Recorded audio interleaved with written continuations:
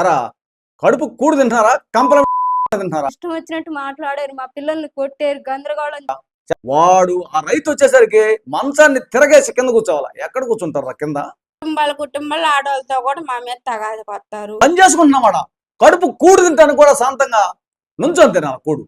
ఏనండి ప్రజలరా, మీదే కులం మీదే కులం మీదే, మాదే కులం అయితే నీకెందుకు రా? ఏడ పనుకోవాలా? గడ్డిలో పనుకోవాలా? పావుల చేత కనిపించుకోవాలా? తేళ్ల చేత కనిపించుకోవాలా? మంచం మీద పడుకోవడం లేదు మాకు.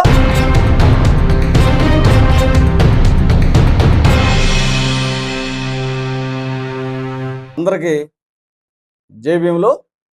అది ప్రకాశం జిల్లా, ఇక్కడ ప్రకాశం జిల్లా ఒంగోలుకి కోతవేట దూరంలో ఉన్నటువంటి పేర్నమెట్ట గ్రామం మీరు చూస్తున్నారు. మా వాళ్ళు అంటే రెక్కాడితే కానీ డొక్కాడినటువంటి ప్రజలు. వీళ్ళు ఏ విధంగా ఉండే వేషధారణలు కూడా మీరు గమనించవచ్చు. అంటే పూటకూలు చేసుకునేటటువంటి బతికేటటువంటి వారు, వెనక ముందు ఏమి ఉండవు, రోజు కూలి చేసుకుని బతికేటటువంటి మా వాళ్ళు. వీళ్ళు ఈ పేర్నమెట్ట గ్రామానికి చెందినటువంటి మా దళితులు, మా మాల సామాజిక వర్గానికి చెందినటువంటి వారు. వీళ్ళు 3 జతలు భార్యాభర్తలు ఈ ప్రకాశం జిల్లా మర్రిపూడి మండలం వెంకటకృష్ణాపురం అనేటటువంటి గ్రామానికి పచ్చాకు అంటే పొగాకు బ్యార్నీలు కాలవడానికి, అంటే ప్రతి ఒక్క సంవత్సరం బ్యార్నీలుగా వాస్తవంగా మీరు గమనించినట్లయితే ఈ బ్యార్నీల పని, పచ్చాకు పని కానీ బ్యార్నీల పని కానీ వాస్తవంగా 100కి 90% మంది మా మాలలే చేస్తారు. ఇది నిజం, మీరు తెలుసుకోవాలా. అయితే ఈ బ్యార్నీలు కాలవడానికి ఈ 3 జతలు అక్కడికి మాట్లాడుకొని ఒక 5గురు రైతుల దగ్గర మాట్లాడుకొని వెళ్ళడం జరిగింది. అంటే 13 కొట్లు, కొట్టుకి అంటే 10 బ్యార్నీలు దాకా కలుస్తారు. ఇది కూడా మనకి పూర్తిగా అవగాహన లేదు ఈ బ్యార్నీల మీద కూడా. ఈ బ్యార్నీలు కాల్చేటటువంటి వీరికి చాలా నైపుణ్యం ఉంటుంది, సీనియారిటీ ఉంటుంది. అయితే వీళ్ళు ఏం చేస్తారంటే ఇక్కడ ఎండనక వాననక రాత్రి అనక పగలనక ఇక్కడ పురుగు పాము తేలుని లేకుండా ఒక రాత్రి మగ మనిషి పనిచేస్తే పగలు ఆడమనిషి పనిచేసింది. ఈ విధంగా ఎంతో కష్టపడి ఈ విధంగా ఇక్కడ చేసుకొని కొంత అమౌంట్ ఈ సీజన్కి తీసుకెళ్ళి మళ్ళీ వాళ్ళ ఊరికి వెళ్ళి సహజీవనం సాగించి మళ్ళీ అదే సీజన్కి బ్యార్నీలు కలవడానికి వెళ్తూ ఉంటారు. ఇది జరిగేటటువంటి పని. అయితే ఈ వెంకటకృష్ణాపురం అనేటటువంటి గ్రామము మర్రిపూడి మండలం. ఈ మండలంలో 5గురు రైతులని వీళ్ళు మాట్లాడుకొని వెళ్ళటం జరిగింది. వాస్తవంగా వీళ్ళకి రావాల్సినటువంటి సొమ్ము 6,50,000 6,60,000 రూపాయలకి ఈ 3 జతలు పనికి పోయి మాట్లాడుకోవడం జరిగింది. అంతే, పని అంతా అయిపోయింది. సుమారుగా మీరు గమనించాలి, ఇక్కడ ఈ అటాను చాకరీ, ఈ బ్యార్నీలకు పోయేటటువంటి వ్యక్తి ఎవడైనా సరే, కాల్చడానికి పోయేటటువంటి వ్యక్తి 3.5 నుంచి 4 నెలల దాకా రాత్రి మొగలు కాలుస్తాడు. అంత చాకరీ చేస్తాడట. వీళ్ళు 3 నెలల 15 రోజులు 25 రోజులు ఇక్కడ పనిచేయడం జరిగింది రాత్రి మొగళ్ళు.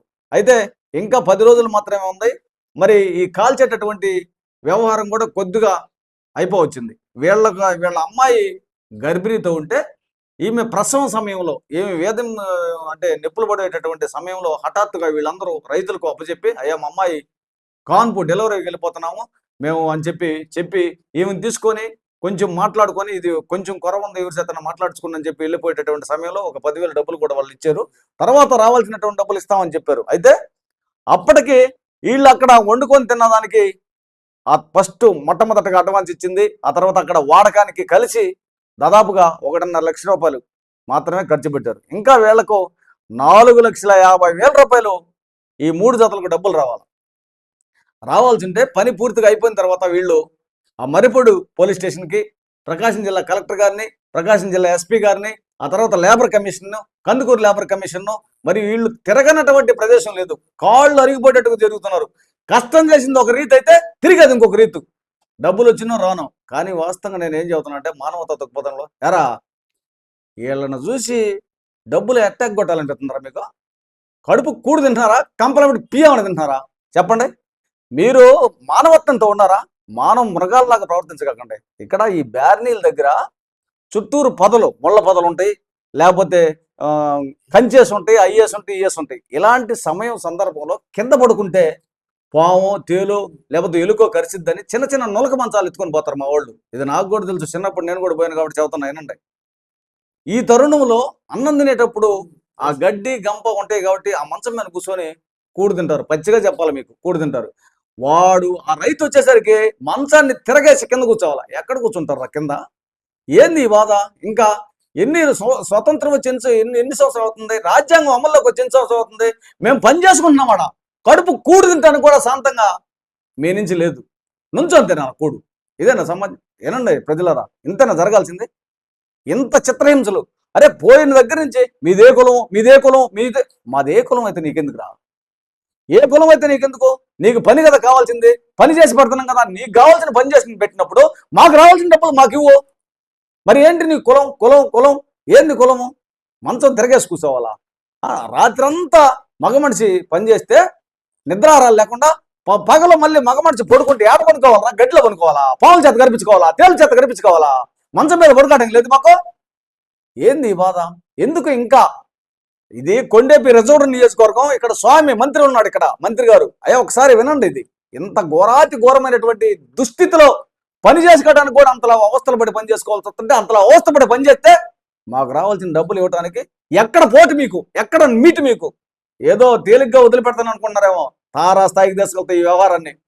మీరు రాష్ట్ర స్థాయిలో ఉద్యమాన్ని ఉధృతం చేస్తా అనరాని మాటలతో, పొలం పేరుతో దూషించి దుర్భాషలాడి కాళ్ళతో అంటారు. మీరు కాళ్ళతో అంటే తన్నించుకోవాలా? మీరు ఇసిరేస్తే ఇసిరేపించుకోవాలా? ఎందుకు జరుగుతుంది ఇట్లాగా? మీకు మేము పనికొచ్చినాము, పని చేయించుకోండి, మాకు రావాల్సిన డబ్బులు ఇవ్వండి. ఇంకా ఈ మిగతా జరిగేటటువంటి విషయాలన్నీ దేనికి మీకు?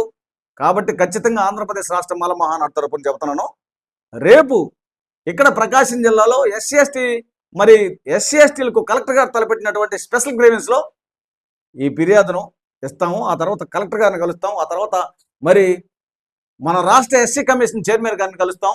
దీన్ని తారాస్థాయికి తీసుకెళ్తాం. మా వాళ్ళకి రావాల్సిన డబ్బులు క్షుణ్ణంగా పూర్తిగా తెచ్చివ్వాలా, ఫస్ట్ పాయింట్. రెండో పాయింట్, మా వాళ్ళను అనేక రకాలుగా ఇబ్బంది పెట్టినటువంటి ఈ 5గురు రైతులను, వీళ్ళందరి మీద ఎస్సీ ఎస్టీ అత్యాచార నిరోధక చట్టం కింద కేసులు బనాయించి వారిని చట్ట ప్రకారం శిక్షించాలని ఆంధ్రప్రదేశ్ రాష్ట్ర మాల మహానాడు తరపున డిమాండ్ చేస్తున్నాను. మరి ఈ పిల్లలను కూడా, పసిబిడ్డలను, వీరు ఈ పనికి వెళ్ళేటటువంటి వారు తల్లిదండ్రులను వదిలేసి, తల్లిదండ్రుల దగ్గర వీళ్ళకి కడుపును పుట్టినటువంటి పసిబిడ్డలను వదిలేసి ఈ 3-4 నెలలు కనీసం చూడటానికి కూడా ఊరికి వెళ్ళరు.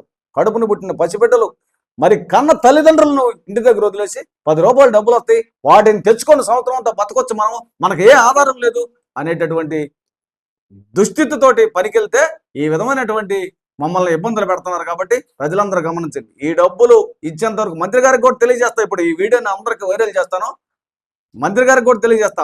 మా వాళ్ళకు రావాల్సిన డబ్బులు ఖచ్చితంగా ఇప్పించాల్సిందిగా, లేకపోతే దీన్ని తారస్థాయికి తీసుకెళ్తానని ఆంధ్రప్రదేశ్ రాష్ట్ర మాల మహానాడు తరపున తెలియజేస్తున్నాను.